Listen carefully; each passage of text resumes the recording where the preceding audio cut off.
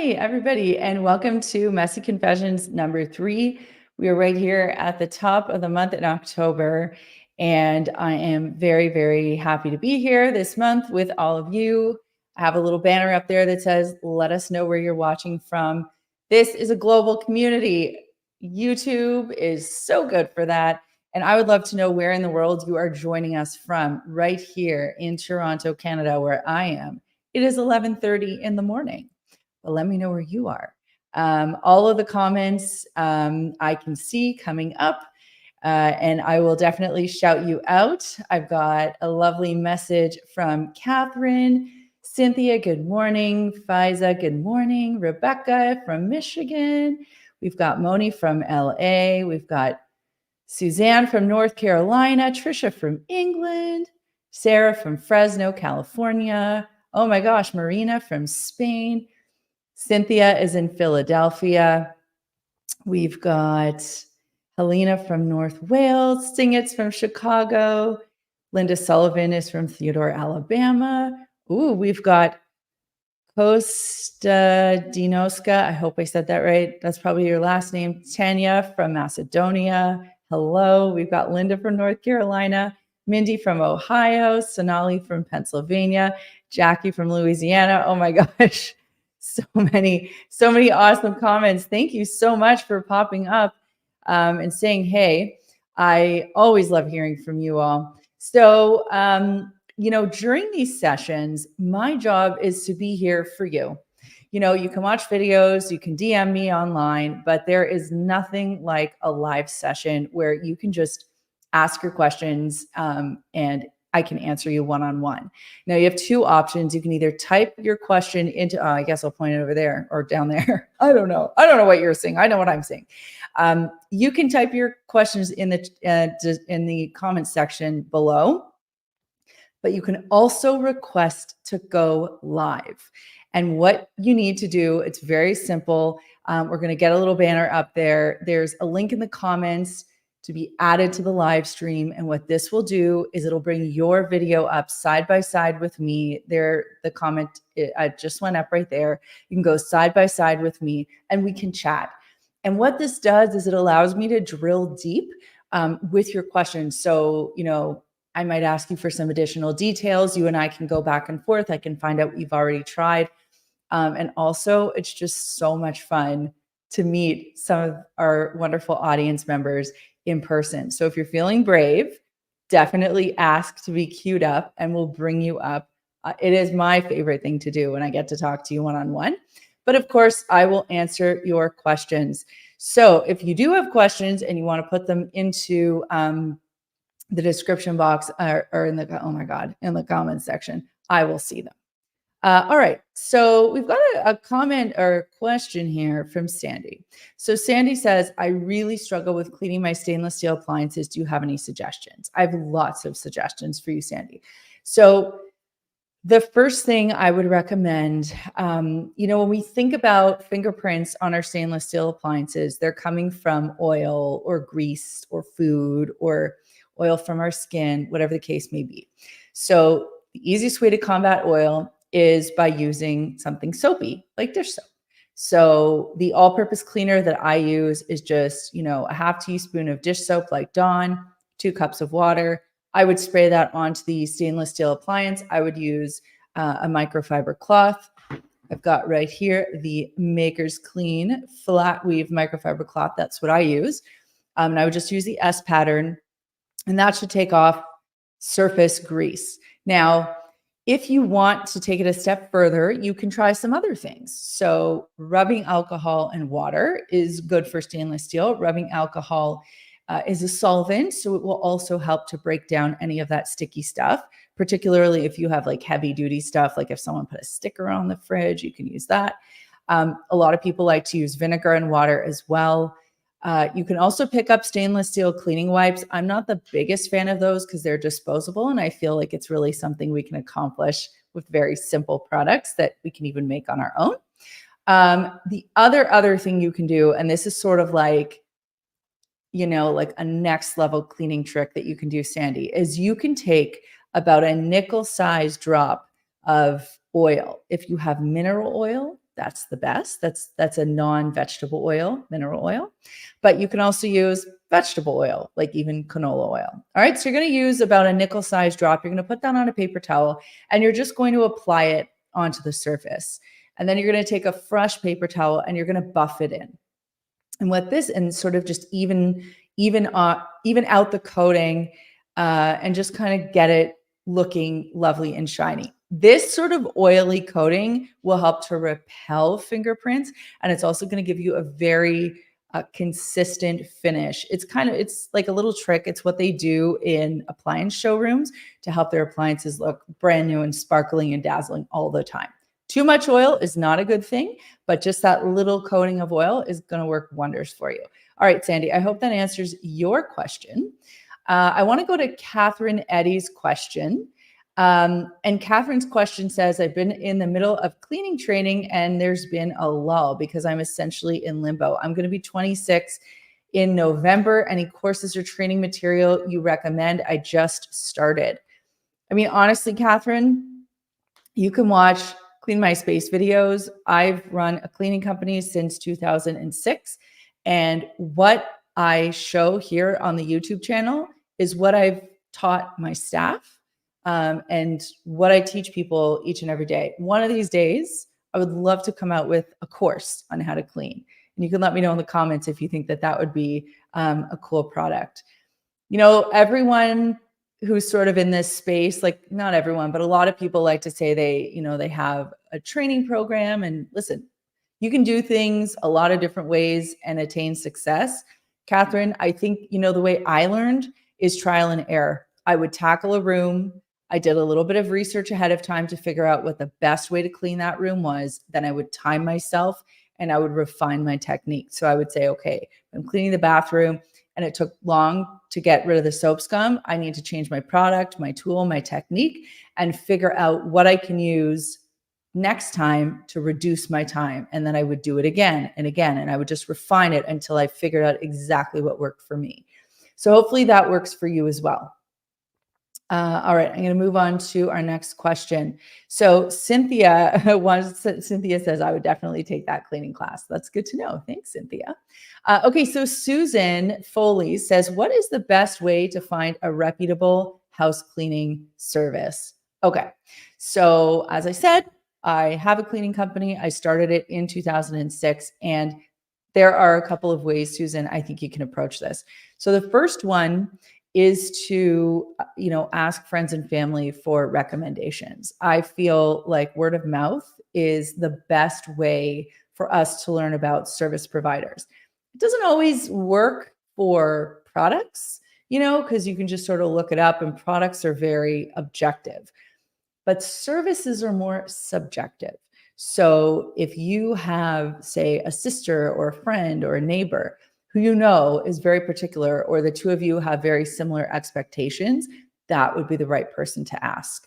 You can also post something up on like a local Facebook group, like a Nextdoor, if you have that in your area, like a Nextdoor group, or just like a local Facebook group for your area. I see that on the local Facebook groups in my area all the time. So that's another way you can go about doing it. You can also, Yelp reviews and online reviews. Usually what I've found is like happy clients don't always take the time to write something. It's usually the upset clients that will go out of their way to make sure that you really know how upset they are, and they will write you a bad review. Now, that's not to say that all reviews are bad online. It's just to say that it's usually the really disgruntled people who are going to go and do it. So when I look at online reviews, I sort of ignore the top ones and the low ones, because those are sort of the outliers. And then I'll look somewhere in the middle, and that gives me a good idea of the service company and how they work. So you can look online for sure. I would sort of personally ignore Instagram ads and Facebook ads, because people can pay to get into your face, but it doesn't necessarily mean that service company is good at what they do. So, that's sort of the approach that I would take. I really think word of mouth is the best. All right. So I hope that that helps. Now, I do want to just make a quick mention. I'm not sure if you all are aware, but we do have a Clean My Space membership program. Just going to take 1 second to talk about it. I've got a cool little thing I'm going to show you about memberships, and then I'll spend a second talking about it as well. So here we go.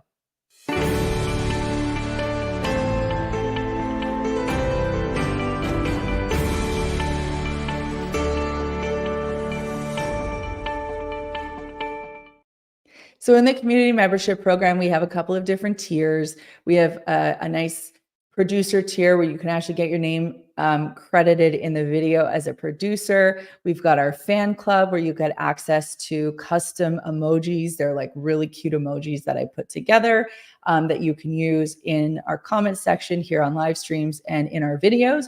And then the other thing you can do as well is you can join our community membership, which is sort of the middle tier, and that gets you access to all kinds of things. So aside from, the custom emojis and the loyalty badges, you get access to our members only area where I'm asking for polls.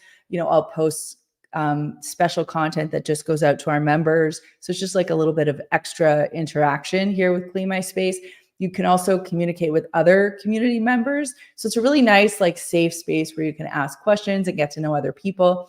I know other people with YouTube channels, and they've said the people in the community, they start to become friends. And I actually think that's pretty cool. I've had similar experiences when I've joined online communities, and it's really lovely. You also get companion videos with our videos that come out. So most videos that we produce, our editor will create a blooper reel where I'm putting my foot in my mouth, not literally, but saying the wrong thing, or or just silly outtakes or things that I've done, or when I'm sweating profusely because I'm scrubbing too hard or something like that. I'll also tell additional stories or give additional tips, just things that we couldn't fit into the video, but it's a companion video that you can always watch. And then we also do monthly live streams for members only. So right after this one at 12:30, our members are going to have access to a bathroom cleaning deep dive where I'm going to go into a lot of detail on the bathroom cleaning video that we just released of me cleaning the really disgusting bathroom in my basement. I'm going to sort of talk through in depth what I did, why I did it, how I chose the products. So it's just there to help you lean into cleaning more if you find that that's important to you. If it's not for you, that's totally cool. Everything that you've always had on the Clean My Space channel is there for you. But I did want to let you know about the membership program. Again, I've got a link for you down below.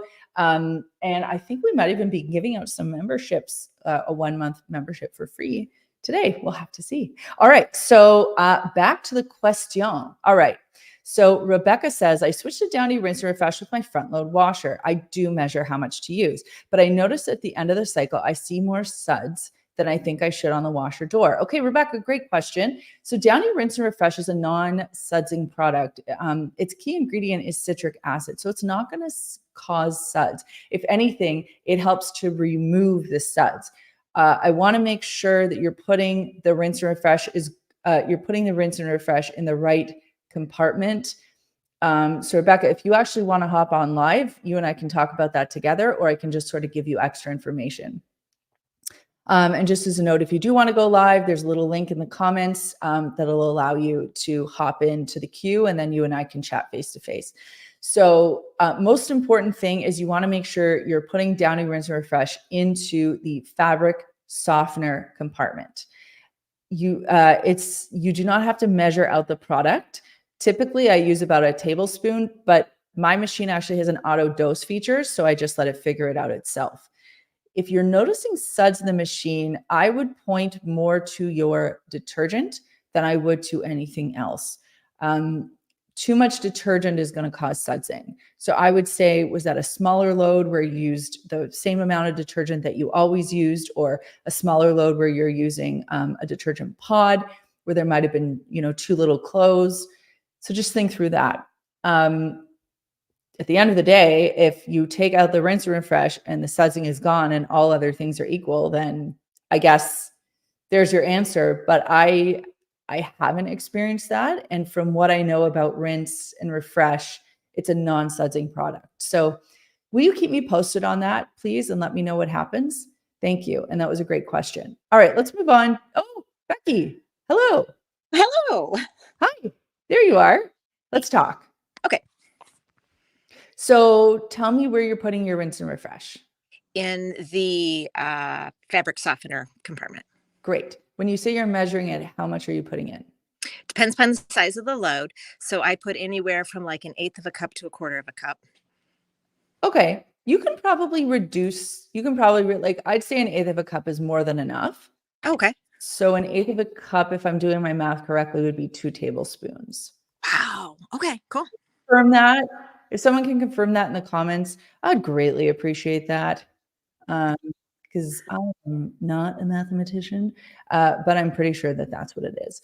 So yeah, I typically use about a tablespoon, or it comes with a cap. They say you're not supposed to use the cap to measure, but that's kind of how much I use or how much I recommend. Now, in terms of when you were noticing the sudsing, were you noticing the sudsing with a smaller load, a regular size load? I don't know that it matters. Okay, so you're noticing it across the board regardless. Mm-hmm. Not it's I would say it's 80% of the time. Now, can I give you a correlation as far as what it relates to? No. Okay. Are you using pods or liquid or powder? Liquid. Liquid. And you're Mm-hmm. always using the same amount? It depends upon the size of the load, but I use like the very, very minimum amount. I measure it out in the cap, and it's usually at Okay. the 1 line or the 2 line. Okay.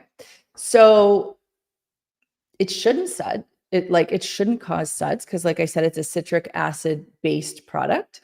So I would say, if anything, Becky, reduce the amount that you're using. Okay. I would say an eighth of a cup max, 2 tablespoons max, but I would stick with sort of the 1 tablespoon and see how it goes. Now, Nancy said, could her washer filter need to be cleaned? That's an interesting question. Have you cleaned your washing machine filter lately? I clean it religiously. Ever since I got that washer, I read the manufacturer's guidelines. I have a reminder in my phone. I clean it every month. Oh my God, I love this. Okay. You know what? So it sounds like you're doing everything right. Let's reduce the amount of rinse that you're using and let's see what happens. Perfect. Thank you so Will you much. keep me posted on that? You can like message me on Instagram and let me know. Will do. Awesome. Thanks, Becky. Great question. Thank you. Bye. Oh my gosh, please more people pop on screen and talk to me. I love it. I love seeing you. Okay, so Linda, I want to answer Linda's question. It's my first time here. Welcome. I love having you here, Linda. Not sure what you can help me with, but here goes. Any suggestions for decluttering? Yeah. Oh my gosh, Linda. So the first thing I know that I experience when it comes to decluttering is just this major wave of procrastination. I just don't want to be there.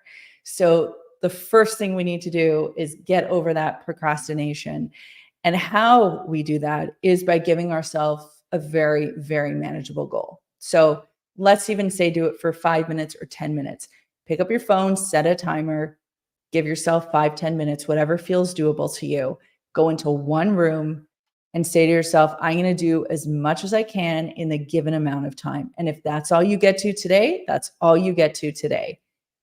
Then you can build on that and do it again tomorrow.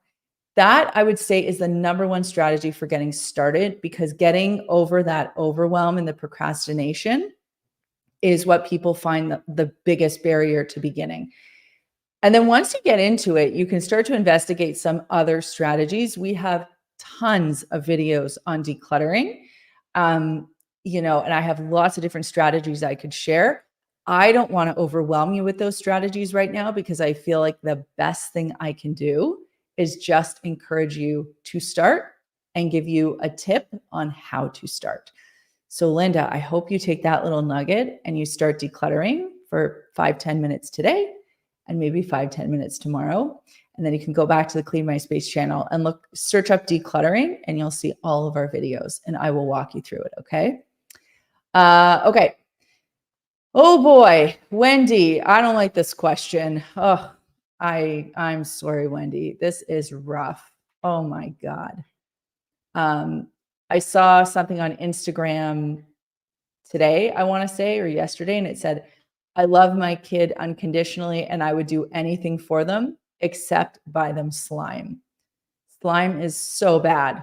When my daughter has brought slime home, I've been like, oh, hey, distract her. And then I throw the slime in the garbage. I want nothing to do with it. Okay, so let's talk about your actual problem. So, one of the biggest ingredients in slime is glue, and that is what makes it so hard to get rid of. So, part of the reason it's not coming out, yes, is because it's been there for a long time. Have you tried Goo Gone? So the reason I would suggest a product like Goo Gone is because it's a solvent. It's going to help to break down the glue. The glue is an adhesive.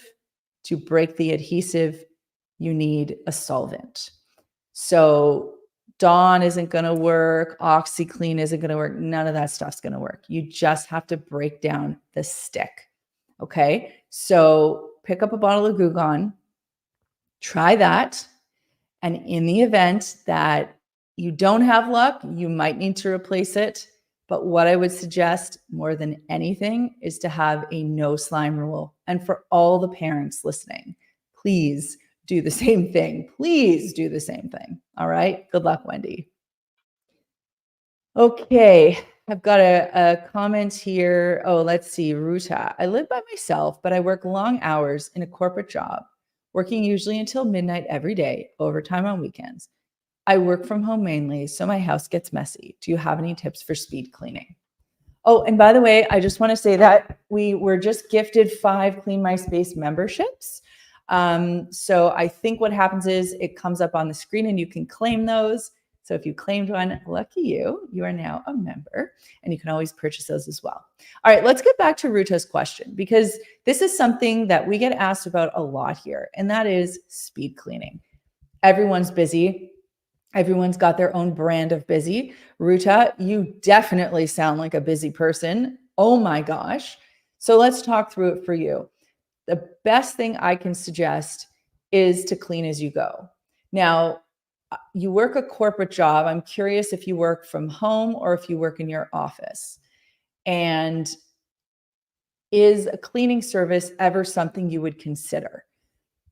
When I started my cleaning company, I started it for people just like you, because when you're busy and you're working crazy hours, and I can say your hours are crazy, we don't often have time to do those things, like take care of our space, cook, clean, make our beds. These things sort of fall by the wayside, do our laundry. And that's why so many of these service providers exist, to help busy people like you live easier.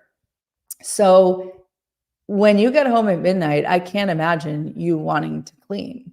The best advice I can give you is, like I said, to clean as you go. So if you're making lunch or if you're making a meal, make sure that you clean up after you cook or prep or put your dishes directly in the dishwasher or hand wash your dishes, put them away. Like as you sort of move through your day, just make sure that you are constantly taking care of your space so that things don't build up. There aren't bottlenecks. Tidying, putting things away as you go. So following our principle that we call Ohio, only handle it once, OHIO, only handle it once, Ohio. What that means is if you bring mail in, you put the mail on the table, you don't leave it for later, you open up the letters, you look at them, take pictures, shred them, whatever you need to do, and then it's done. It's out of your way. All right. When it comes to clothing, rather than leaving baskets, taking your clothes out of the dryer, folding them, putting them away. When you get undressed at the end of the night, taking your clothes, putting them in a laundry hamper, just doing that extra step to keep the mess from building up. That is the biggest thing. The other thing, if you can get one, I would say like a robot vacuum could be really helpful for you so that you don't have to think about taking care of your floors all the time. It's not a perfect solution, but it is a solution. And then look into a cleaning service. I feel for you. That's a really crazy schedule. So, I hope those answers helped you, Ruta. All right. Let's have a look. We've got some really lovely comments. Hello. Who do we have here? Debbie. Hey, Debbie. Hi. How's it going? It's going okay. I'm having some technical difficulties here. Well, that's okay. I can hear you and I can see you. Okay. What my question is, I'm a nurse, so I work 3 12-hour shifts every week. And I come home and I'm exhausted. I've got 2 dogs, 2 cats. I have an alpaca ranch, so I have stuff out there to do. And the dust is really bad in the house. I feel like I have to dust every single day mostly because of the dogs. So what I was wondering is, does an air purifier really help? Yeah. Okay. So, first of all, you also sound like an incredibly busy person. And just to be clear, you have an alpaca ranch. I heard that correctly? Yes. Okay. So you've got dogs, you've got an alpaca ranch, you're a nurse, you're a busy lady, you work crazy shifts. We got to figure out some solutions for you. Mhm. Opening your windows is not the best idea in your case because you've got stuff that can blow into your house that you sort of want to avoid. And Singh says, thank you for being a nurse. I was going to say thank you for your service as well, but it sort of sounded a little military. But anytime I meet someone in a helping profession like that, you're special people, for sure. Really, it takes a very special person to be able to do that, coming from a recovering hypochondriac. Anyway, air purifiers, I think, are great. So air purifiers really are going to help with the dander, the allergens, the dust, keeping the indoor air smelling fresh and clean. But it's not going to help eliminate the dust. So I want to talk through some other solutions for you. Do you change your furnace filter regularly? My husband says he does. I'm Okay. not sure. So get on that. And if he doesn't, the good news is it is so easy to do. You take the old filter out from the furnace, you open up the package, you pop the new one in. It's like putting toast in a toaster. It's very easy. I would make it a calendar item and I would make it a priority. Your indoor air quality is really important. And if that isn't changed regularly, the dust is just going to keep coming back. So that's number one. Number That's two, done monthly? it's quarterly. Okay. Okay. So that should make a difference. So that's thing number one. Thing number two that I would suggest is, when was the last time you had your ducts cleaned? Never. Okay. We've moved in the house 4 years ago and hasn't been done yet. Okay. I would 100% do that. That makes a huge difference for dust. Okay. So you can vacuum and dust until the alpacas come home. But if your ducts are dirty and that filter isn't clean, the dust, it can't be filtered out. So it's just going to keep cycling through. Okay. So you're sort of like a salmon swimming upstream there. The next thing you can do is, do you have a robot vacuum? We did, but we got tired of, it would eventually the battery runs out and I don't want to pay for another battery and then it would get Yeah. hooked up on. We've got stupid electronic furniture. I don't ever want that. You know what? I'll tell you something, Debbie. Like, some people swear by them. For me, I don't use robot vacuums, at least not right now, because I find you have to really accommodate them. There's always something with a little finicky robot. But then some people swear by them. Now, I will say the newer models, they're self-emptying, they're self-recharging, they're more intelligent than the predecessors. So, 3, 4, 5 years ago, those ones don't look anything like the current generation. But a robot vacuum would be very useful for you because it's going to do a lot of that daily vacuuming, that daily work, especially with the dirt you're bringing in from the ranch, whatever the dogs are doing, like that shedding or dirt that they're bringing in. It just helps, less work for you. It's not a perfect solution, but it's a nice automation that you can have running in the background. Because the other option is just to vacuum pretty much every day. So my cat is 15. She sits on one kitchen chair. She gets up to eat. She gets up to use the litter box. She gets up to scream at us when she's hungry, and that's it. And there is cat hair everywhere in my house all the time. So we just have to vacuum daily. And that's part of being a pet owner. So those things I would suggest. I think the air purifier can help you, but I also think you have to incorporate those other two sort of more HVAC things as well as the daily vacuuming, or whenever you can vacuum, a couple times a week, 3 times a week. That's really going to help. Okay. Okay. All right. Thank you. Thanks for coming on. Thanks. That's a Oh, yeah. great question. Catilia is just asking, oh, hi. Thank you, Juju. That's so kind. Catilia says, who else is stressed cleaning the house before Hurricane Milton? I'm so sorry for those of you who are going through that right now. This is so scary. I wish we didn't have to deal with this stuff. And I hope for all of you that you're safe, your homes are safe, and that you're adequately prepared for this and that it passes quickly. All right. So just know we're thinking of you, me and my team. All right. Thank you, Ronit, for gifting those earlier. Okay. So Dario Martinez has a question. How do you clean a shower with a cobblestone-like tile? Do you already have a video of that? So I'm trying to envision this, and cobblestone, I've never seen a cobblestone shower, but I have seen like a river rock shower. So I'm going to make an assumption that that's what you're referring to. And those, like, you have to be mindful because it depends on whether or not those are sealed. But typically they're pretty durable. I would say you can pick up a custom stone cleaner.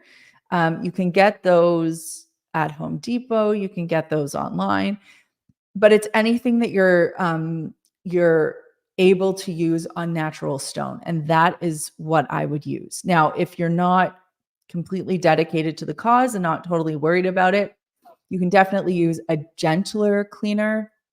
So you can use something like dish soap and vinegar mixed together. So I would do because it's stone, I would probably do a third water, a third dish soap, a third white vinegar. So say a half cup, and a half cup. I would make up a spray bottle and you could use that. And that should be enough.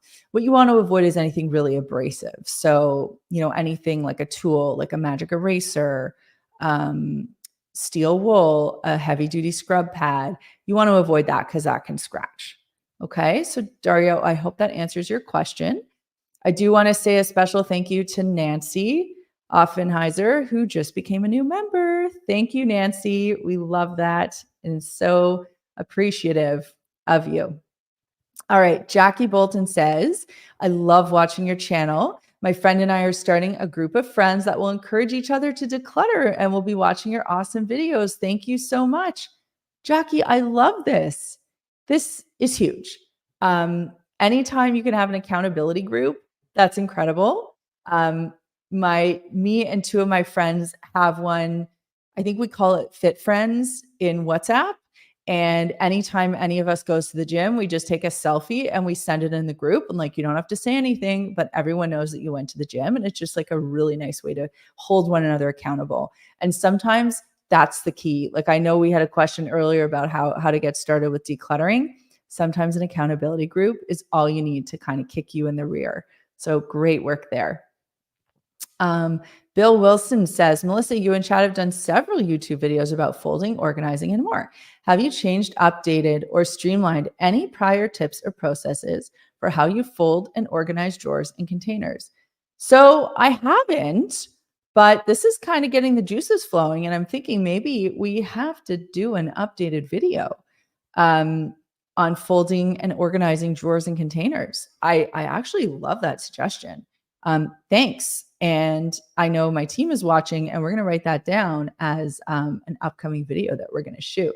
Now, good question to segue into our upcoming video, which happens to be how I am transitioning my closet. So I don't know if any of you follow me on Instagram at Clean My Space, at Melissa Maker.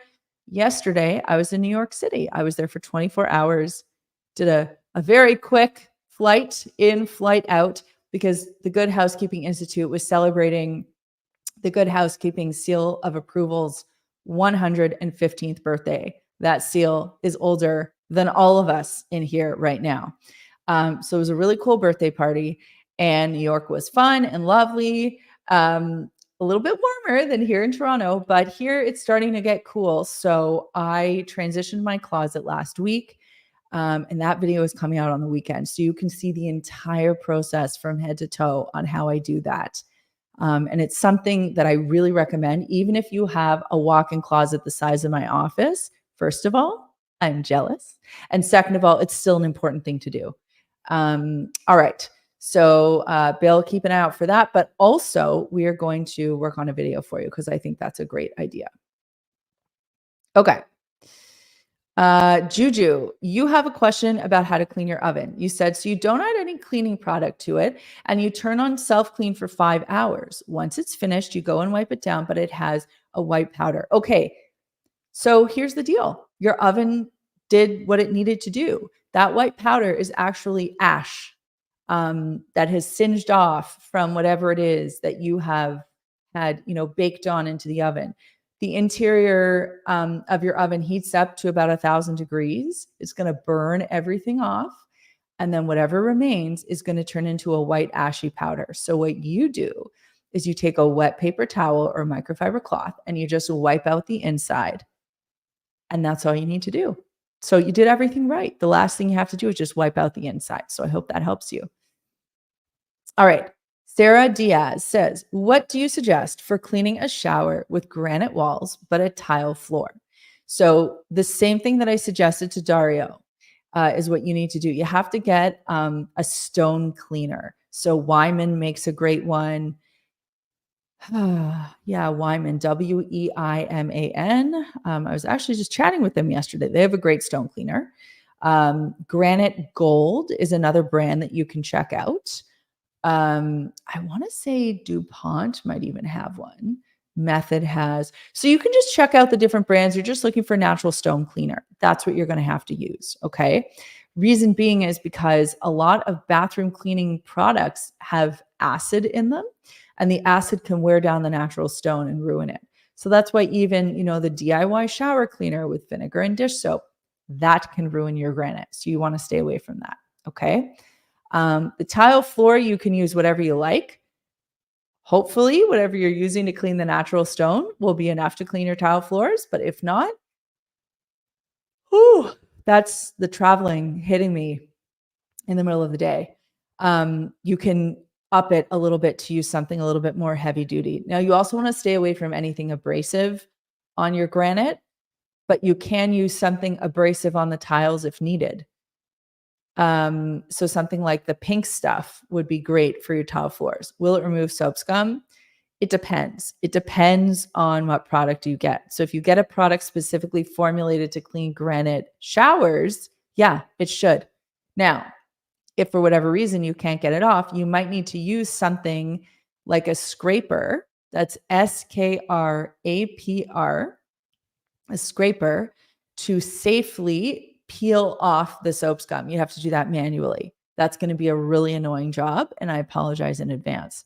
Going forward, make sure that you squeegee your walls after the use of the shower so that no water or soap residue gets left behind. That's how you're going to avoid that buildup in the future. It won't come back. Okay, so I hope that answers your question. All righty. And Wendy, you asked a question. Do you have to clean certain showers with stone in a certain way? I just answered your question. So hopefully you picked up what you needed to pick up from Sarah's question. But yeah, travertine, slate, granite, Caesar stone. What am I missing here?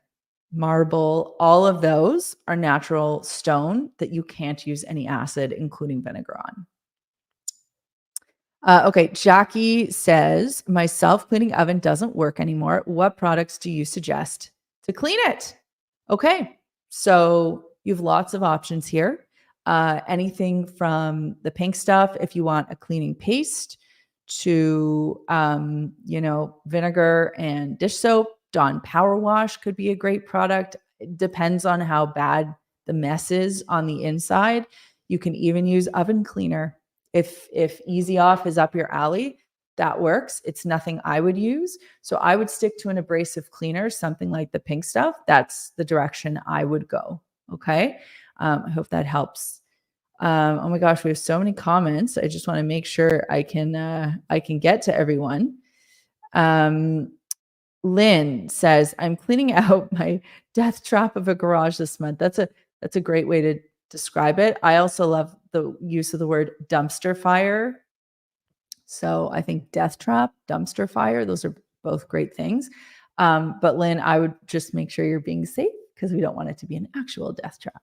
What's your advice for me? Someone who'd get rid of too much, and my husband who has kept everything, including all scraps of wood. Okay, so this is a predicament, Lynn. You're in a real predicament here. But what you can do if you want to do it together with him is you can say, I'm cleaning out the garage this Sunday. If you're with me, then we can clean it out and make decisions together. If you're not with me, whatever goes, goes. And that's that. So you can sort of take that approach. I don't know your marriage, but that's one approach that you can take. If you work together, I would have an absolutely we are keeping pile. No way in heck we are keeping pile. And let's talk about this further pile. So, garage is like any other space that we're decluttering. Why does he need all the scraps of wood? When was the last time he used those scraps of wood? If he needs a scrap of wood in the future, can he run to Home Depot and pick one up? Can he get one from a neighbor? Maybe you can sort of talk through some of these things with him. If there's a small appliance that he used, a small appliance or a small tool, do you need that anymore? Can we give it to Joe down the street? Do you have tires that, are burned out, or I don't know what the technical term is for tires that aren't good anymore, but do you have tires that you can't use anymore? This is what you need to work through with him. That's my advice. And if you're lucky enough where he says, do whatever you need to do, I'm not looking, 1-800-GOT-JUNK. That's sort of an internal saying we have here, 1-800-GOT-JUNK, and get rid of it. Now, we did just have a comment from Rajesh, but it disappeared. There, Rajshri, sorry. There we are. Rajshri. Hi, Melissa. I'm a big admirer. I love all your videos and cleaning tips. Big thank you. Thank you. Thank you. That is so nice. It's so nice for people just to say a nice comment. Thanks. And let's see here. Oh, yeah. Some big fans of the pink stuff. Happy Thanksgiving from Manitoba. Did you folks know, if you're not in the US, that we celebrate our Thanksgiving this coming weekend? Oh, yeah. Kit says you could wear protective gear when you're cleaning dust particles and moldy surfaces from rooms. And this is a great suggestion. You don't want to be touching, if there's mold, especially, or dust, and you're someone who gets allergies, wear a mask. If you have any of those left from when, this would be a great time to wear it. Same with cleaning gloves. I feel like a superhero when I wear cleaning gloves. Meek wants to know what the best way is to clean soap scum off an acrylic shower door. Yeah, you have to use a product that's safe to use on acrylic. If I'm not mistaken, Crud Cutter, spelled KRUDKUTTER, is a safe product to use on acrylic. You can double check that. But if I'm going off memory, I believe it's a safe product to use. Something else you can try is dish soap and vinegar. So acrylic is not like natural stone. It can handle an acid. It just can't handle anything abrasive. So you're going to have to spray that on and apply it with a soft sponge or cloth. Okay. Singit wants to know, how often should a refrigerator cleaned out? When my house was running well, it was weekly. Now, when I can't fit anything else in it. The best thing to do with a fridge is just when you're loading new groceries in, before you do that, pull out anything that doesn't need to be there anymore. So if you have like rotting apples at the bottom, not saying that's me, get rid of those. If you notice that there's any buildup, just take like a quick cloth, give it a wipe down, and put things back. That's the best way to do it. And if you can mentally say to yourself, I'm going to add an extra 5 minutes to unloading my groceries, that's the best way you can go. Okay. Debbie says, I'm back. It's Debbie. While I was on hold, I heard you talk to a listener about cleaning a washing machine filter on a front loader. Where in the world is that? So we have a video on that, Debbie. Did a few years ago, but I have a video on that. If you look at your washing machine, like the porthole, like the door of your washing machine, right under it, you're going to see a square about yay big. And it's like the size of a cue card. Okay. And it's very easy to do. You just lift that little flap down. You have to get a bowl or a bucket because once you remove that hose, it's going to unleash a whole bunch of water. But you're going to see there's like it almost looks like a charging cord. You're going to unwrap it. You're going to put it into the bucket or the bowl. And then it has like a twist top. So you're going to untwist it and you're just going to let it rip. And it's going to rinse everything out. There is also a removable filter. You can give that a rinse, replace it, coil back, pop the lid back on the hose, coil it back up, put the lid back on. It's something that takes 2 minutes.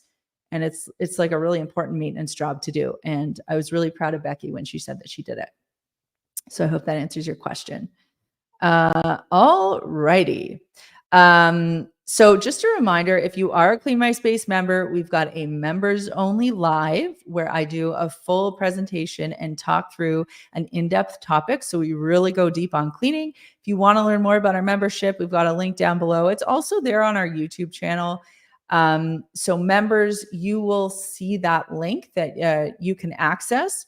Everyone can see it actually, but you can only access that presentation if you are indeed a member.